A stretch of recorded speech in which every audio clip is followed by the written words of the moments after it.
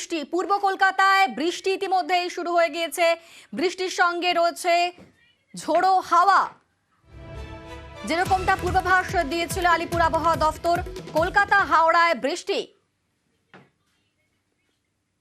পূর্ব কলকাতায় বৃষ্টি শুরু, ঝোড়ো হাওয়া। আমাদের সঙ্গে রয়েছেন প্রতিনিধি বিশ্বজিৎ।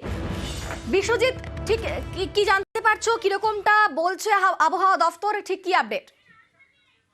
পূর্বাভাস ছিলই এবং সেই মতোই আজ বিভিন্ন জেলায় বৃষ্টি শুরু হয়েছে, বজ্রবিদ্যুৎ সহ বৃষ্টি হয়েছে। কোথাও কোথাও ঝোড়ো হাওয়া দেখা গেছে 30 থেকে 40 কিলোমিটার। বাঁকুড়া থেকে বর্ধমান সর্বত্রই আমরা দিনের বেলা থেকেই শুরু হয়েছে এবং সন্ধ্যে যত গড়িয়েছে তত জেলার পর জেলায় এই বৃষ্টি হয়েছে।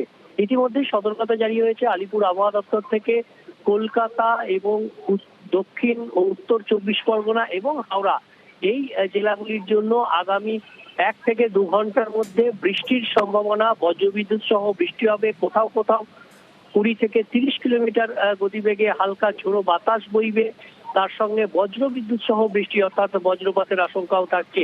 হালকা থেকে মাঝারি বৃষ্টি মূলত, এবং এই 4 জেলায় আগামী 1 থেকে 2 ঘন্টায় এই বৃষ্টির সম্ভাবনার কথা জানাচ্ছে আলিপুর আবহাওয়া দপ্তর। তবে বাজের জন্য অর্থাৎ বজ্রপাতের জন্য সতর্কতা অবলম্বনেরও পরামর্শ দিচ্ছে আলিপুর আবহাওয়া দপ্তর। বিশ্বজিৎ, এই বৃষ্টির পরে ঠান্ডা কি কিছুটা পড়বে, অর্থাৎ ঠান্ডা কি আরো বাড়বে, এমনটা কিছু পূর্বাভাস রয়েছে?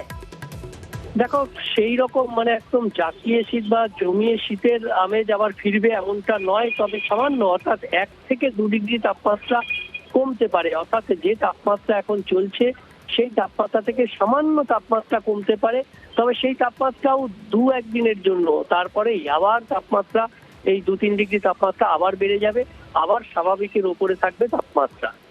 বেশ, ধন্যবাদ বিশ্বজিৎ।